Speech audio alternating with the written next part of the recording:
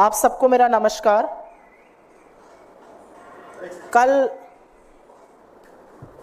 एक बेहद वाहियात बयान इस देश को सुनने को मिला और वो सुनकर बहुतों का सिर शर्म से झुक गया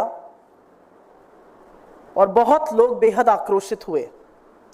और ये बयान और इस तरह के बयान देने में उनको पारंगत हासिल है, लेकिन अब वो सिर्फ एक फिल्म एक्टर नहीं, भारतीय जनता पार्टी की सांसद हैं, बड़ी चुनी हुई सांसद हैं, बड़ी प्रिय सांसद हैं, हैंडपिक करी गई थी वो शीर्ष नेतृत्व के द्वारा।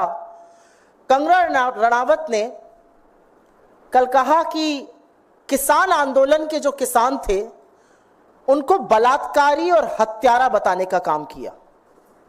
इस देश के अन्नदाताओं के खिलाफ ऐसे शब्द शायद ही किसी राजनेता ने इस देश के लंबे इतिहास में कभी बोले हों। इस देश के अन्नदाताओं को बलात्कारी और हत्यारा बताया और उसके बाद यह भी कहा कि ये जो सारा किसान आंदोलन था, जो किसान अपने हक की, अपने अधिकारों की, अपने सशक्तिकरण की लड़ाई लड़ रहे थे, जो प्रदर्शन शांतिपूर्ण था, जहां 700 से ज्यादा किसानों की शहादत हो गई, जहां 1.25 से 1.5 साल तक किसान खुले आसमान के नीचे गर्मी, पानी, बरसात, आंधी में, ओलों में बैठे रहे, वहां पर इनका कहना है कि ये अमेरिकी और चीनी शक्तियां ऐसा कर रही थी। अमेरिका और चीन हमारे देश में दखलंदाजी कर रहा था, अस्थिरता पैदा कर रहा था किसान आंदोलन करा के। तो जाहिर है इस पर आक्रोश होना था। जाहिर है इस देश की रीढ़ की हड्डी किसान है। जाहिर है कि जो किसान धरती का कलेजा फाड़कर अन्न उगाता है, उसको चिंता नहीं कि गर्मी हो, आंधी हो, पानी हो, बरसात हो, ओले हो, वो अन्न उगाता है, हमारा पेट पालता है। उस किसान को अगर बलात्कारी और हत्यारा कहा जाएगा तो आक्रोश होगा। और एक बात यह भी सच है कि किसान चाहे पंजाब का हो, चाहे हरियाणा का हो, चाहे उत्तर प्रदेश का हो, चाहे कर्नाटका का हो, यह असम्मान तो कोई नहीं सहेगा। तो आक्रोश बहुत हुआ और सवाल हुआ बीजेपी से कि क्या ये आपकी सांसद कह रही हैं या ये आपका आधिकारिक स्टैंड है? क्या आप भी आंदोलन करने वाले किसानों को, हक के लिए लड़ने वाले किसानों को हत्यारा और बलात्कारी बताते हैं? क्या यह आपकी सरकार का मत है? क्या यह आपका मत है? अपना स्टैंड क्लियर कीजिए। तो आज एक रेयर मूव में, क्योंकि हरियाणा का चुनाव भी पास में है और आगामी हार तो ऐसी है कि चुनाव टालने की मांग हो रही है। पता है कि 240 पर लाकर देश के मजदूर और किसानों ने सबक सिखाया है, अभी हरियाणा बिस्तर बोरिया बंधवाने वाला है। तो एक स्टेटमेंट आया भारतीय जनता पार्टी की ओर से जिसमें कहा गया कि किसान आंदोलन के परिप्रेक्ष्य में दिया गया बयान पार्टी का मत नहीं है, उनसे गहरी असहमति है इस बयान से और नीतिगत विषयों पर बोलने के लिए ना वो अधिकृत है, ना उनको अनुमति है और उनको निर्देशित किया गया है कि वो इस प्रकार के बयान भविष्य में ना दें। तो हमारे इस मंच से कुछ सवाल हैं।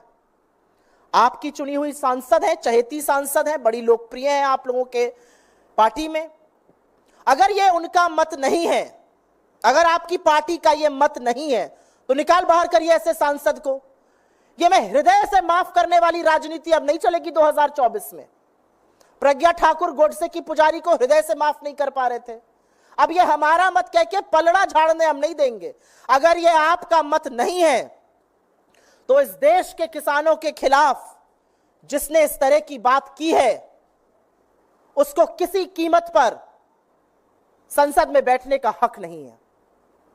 निकाल बाहर कीजिए अपनी पार्टी से, हाथ जोड़ के माफी मंगवाइए किसानों से, और अगर ये सब कुछ नहीं कर सकते तो आप खुद माफी मांगिए इस देश के किसानों से।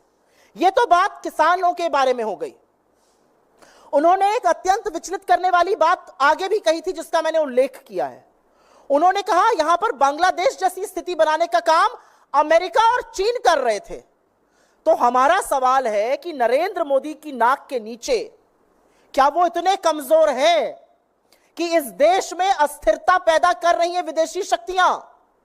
तो इस पर पार्टी तो नहीं बोल सकती है इस देश के विदेश मंत्रालय को, इस देश के गृह मंत्रालय को इस पर जरूर बयान देना चाहिए, जरूर स्पष्टीकरण करना चाहिए, क्योंकि हम भी परेशान हैं।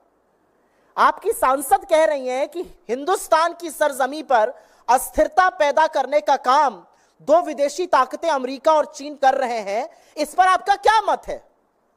क्या यह सच है? अगर सच है तो आपने क्या कदम उठाए हैं? आपने क्यों नहीं इस विषय को साझा किया है? और अगर यह झूठ है तो इसके खिलाफ भी, इसकी मुखालफत करते हुए भी सरकार के मंत्रालयों की तरफ से बयान आना पड़ेगा। यह हल्के में नहीं ली जा सकती है बात। सत्तारूढ़ दल की एक सांसद कह रही है कि अमेरिका और चीन भारत में परिस्थितियां बिगाड़ने की, अशांति पैदा करने की, अस्थिरता पैदा करने की साजिश कर रहे थे। इसका जवाब कौन देगा? और एक बहुत बड़ी बात यह है कि तमाम ऐसे लोग हैं भारतीय जनता पार्टी में जो अपने आप को किसान नेता कहते हैं, वो क्यों चुप बैठे हैं? जो अपने आप को किसानों का हितकारी कहते हैं, अगर ये किसान बलात्कारी और हत्यारे थे तो ये विज्ञान भवन में बार बार मीटिंग क्या करते थे? अगर ये किसान इतने दुष्कर्मी थे तो इन किसानों के आगे नरेंद्र मोदी को घुटने टेककर नाक रगड़ के काले कानून वापस क्यों लेने पड़े? तो हमारा मानना है, और हम इस मंच से फिर से कहेंगे कि सरकार स्पष्टीकरण दे कि जो अस्थिरता पैदा करने की विदेशी शक्तियों द्वारा बात की गई है उसकी क्या सच्चाई है। पार्टी पलड़ा नहीं झाड़ सकती है कहकर कि यह हमारी राय नहीं है। आपकी राय नहीं है तो जिसकी इतनी कुत्सित राय है उसको अपनी पार्टी से निकाल फेंकिए। मूल मुद्दा यह है, यह हम आपके सामने आके कहना चाहते थे। इस देश के, आजाद हिंदुस्तान के इतिहास में कभी भी हमारे किसानों को इन शब्दों से नवाजा नहीं गया है, और सत्तारूढ़ दल की एक सांसद ये करती है, और बीजेपी बस ये मुंह मोड़ लेगी कि यह हमारा मत नहीं है। अगर आपका मत नहीं है तो निकाल फेंकिए, और सरकार के स्पष्टीकरण का हम इंतजार करेंगे, क्योंकि देश में विदेशी ताकतें काबिज है। नरेंद्र मोदी की सरकार इतनी कमजोर है और यह सब हो रहा है, उसका भी सत्य सामने आना चाहिए। आपके सवालों का स्वागत है। जी हाँ, ये बहुत योगी आदित्यनाथ ने जो बयान दिया है आज की बटेंगे तो कटेंगे, बांग्लादेश जैसा हाल हो जाएगा, इसलिए एक रहें, नेक रहें, सुरक्षित रहें। मैं आप लोगों के सामने एक बात बोलना चाहती हूं। आज श्री कृष्ण की जन्माष्टमी है।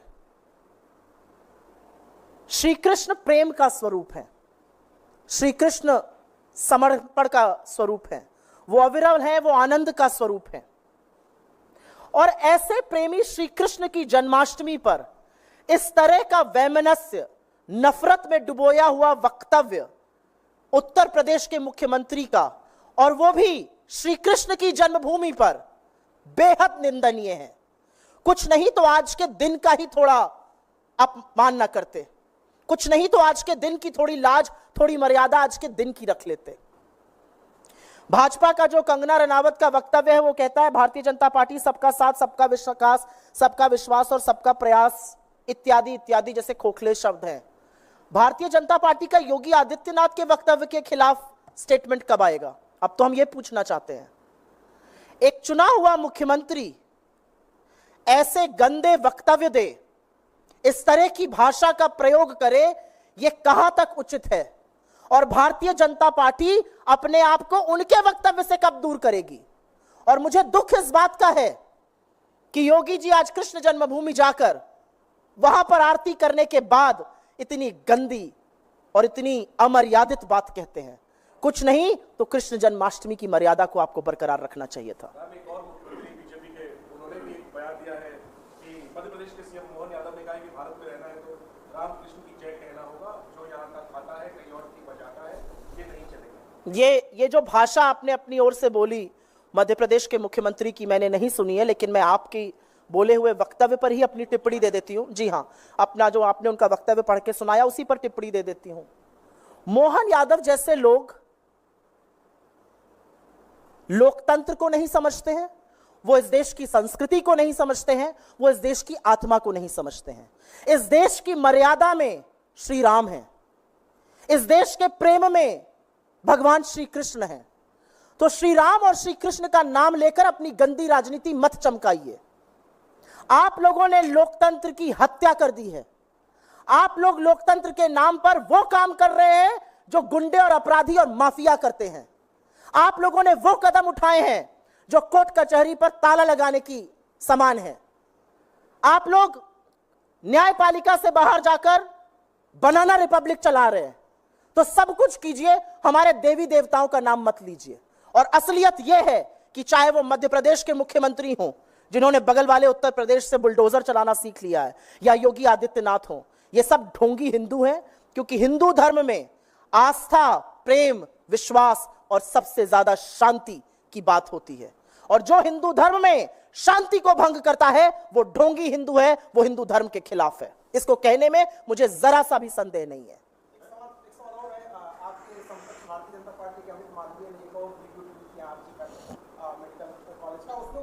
बाहरी लोगों की उपस्थिति थी, इस मुद्दे पर बात क्यों नहीं हो रही, चर्चा क्यों नहीं हो रही, क्यों इसको छुपाया जा रहा है, इसमें सब लोग शामिल हैं। भाई कौन छुपा रहा है? सीबीआई जांच कर रही है। सीबीआई सेंट्रल एजेंसी है, सीबीआई को केस सौंप दिया गया है। आप लोग गिद्धों की तरह बैठकर रेप पर राजनीति कर रहे हैं। आप बंगाल पर बोलते हैं लेकिन बदलापुर पर आपके मुंह पर ताला लग जाता है। आप महिला सुरक्षा की बात करते हैं मंच से प्रधानमंत्री, लेकिन ब्रजभूषण से लेकर कुलदीप सिंह सेंगर और चिन्मयानंद को संरक्षण देते हैं। आप बात करते हैं नारी सम्मान की, उत्तर प्रदेश की सरकार चिन्मयानंद का केस विड्रॉ करने की बात कर रही है। आप बात करिए ना, गुजरात से लेकर असम तक आप किसी महिला मुद्दे पर बात नहीं करिएगा। आप सिर्फ जबानी जमा खर्च करिएगा। आप तेरा रेप वर्सेस मेरे रेप की राजनीति करिएगा। जो बंगाल में हुआ वो भयावह है और उसकी जितनी भर्त्सना की जाए कम है। और मुझे फक्र है अपने नेता पर जिन्होंने सबसे पहले उस मसले पर बोला। लेकिन मुझे इस बात का भी फक्र है कि हम बंगाल में भी प्रदर्शन करते हैं और हम बदलापुर में भी प्रदर्शन करते हैं। हम बंगाल में प्रदर्शन करके बदलापुर पर चश्मा नहीं लगा लेते बीजेपी की तरह। जीतन राम मांझी ने कहा है कि कश्मीर में चुनाव जीतने के लिए कांग्रेस पार्टी पाकिस्तान और हिंदू से भी गठबंधन कर सकती है। ये जो सारे बयान है ना, ये जो सारी बातें हैं, ये जो नफरती चिंटू बीजेपी के बोलते हैं, ये सब बहुत पुरानी बातें हो चुकी हैं। इसका कोई मतलब नहीं है। अगर आपको लग रहा है कि इन सब चीजों से चुनाव जीते जा सकते हैं तो देख लीजिए ना 2024 का चुनाव का नतीजा। यही सब तो कर रहे थे मोदी जी। मुजरा, मुसलमानों के खिलाफ बोलना, मंगलसूत्र की बात करना, भैंस कोई चुरा के भाग जाएगा जैसे हास्यास्पद बात करना। क्या हुआ? इस देश ने उनको न सिर्फ संविधान माथे पर लगा दिया, इस देश ने उनको हिंदुस्तान की राजनीति का पलटू राम बनाकर रख दिया है। ये भूल गए मोदी जी। और ये देश बार बार खड़ा होगा जब आप इस तरह की बेवकूफी की बातें करिएगा। असलियत यह है कि हरियाणा में आप डरे हुए हैं, आप चुनाव टालने की बात करते हैं। जम्मू कश्मीर में आपकी लिस्ट आती है, कुछ घंटे में विड्रॉ हो जाती है। जब आपके साथ कोई आए तो वो पार्टी है, जब ना आए तो वो अलगाववादी है।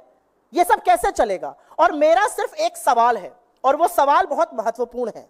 मेरा सिर्फ ये सवाल है कि कश्मीर की बात नरेंद्र मोदी, अमित शाह या भारतीय जनता पार्टी का कोई भी व्यक्ति तब करे जब वो 2 सवालों का जवाब दे।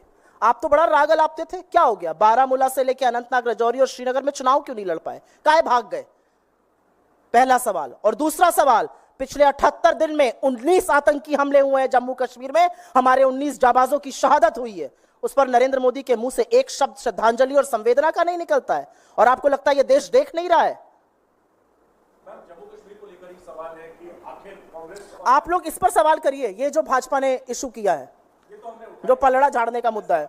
जी हाँ, बताइए। जम्मू कश्मीर में आखिर कांग्रेस और नेशनल कॉन्फ्रेंस के बीच गठबंधन का ऐलान क्यों नहीं हो पा रहा है? कल आखिरी दिन है नॉमिनेशन पर, अभी तक साफ नहीं है कि दोनों पार्टियां देखिए, लोकतंत्र में जब 2 पार्टियां बैठकर डिस्कशन करती हैं, जब 2 पार्टियां बैठकर सोचती हैं कि कैसे चुनाव लड़ना है, कौन सी सीट से कौन लड़ेगा, हम बीजेपी की तरह दमन तो नहीं कर देंगे कि तुम हमें सीट नहीं दोगे, हम तुम्हारे पीछे ईडी भेजेंगे। हम ये सब तो नहीं करेंगे। लोकतंत्र में विचार विमर्श कंसेंसस मेकिंग से होता है। अभी वक्त है, आप लोग घबराइए मत। कैंडिडेट्स की सूची जल्दी निकल आएगी।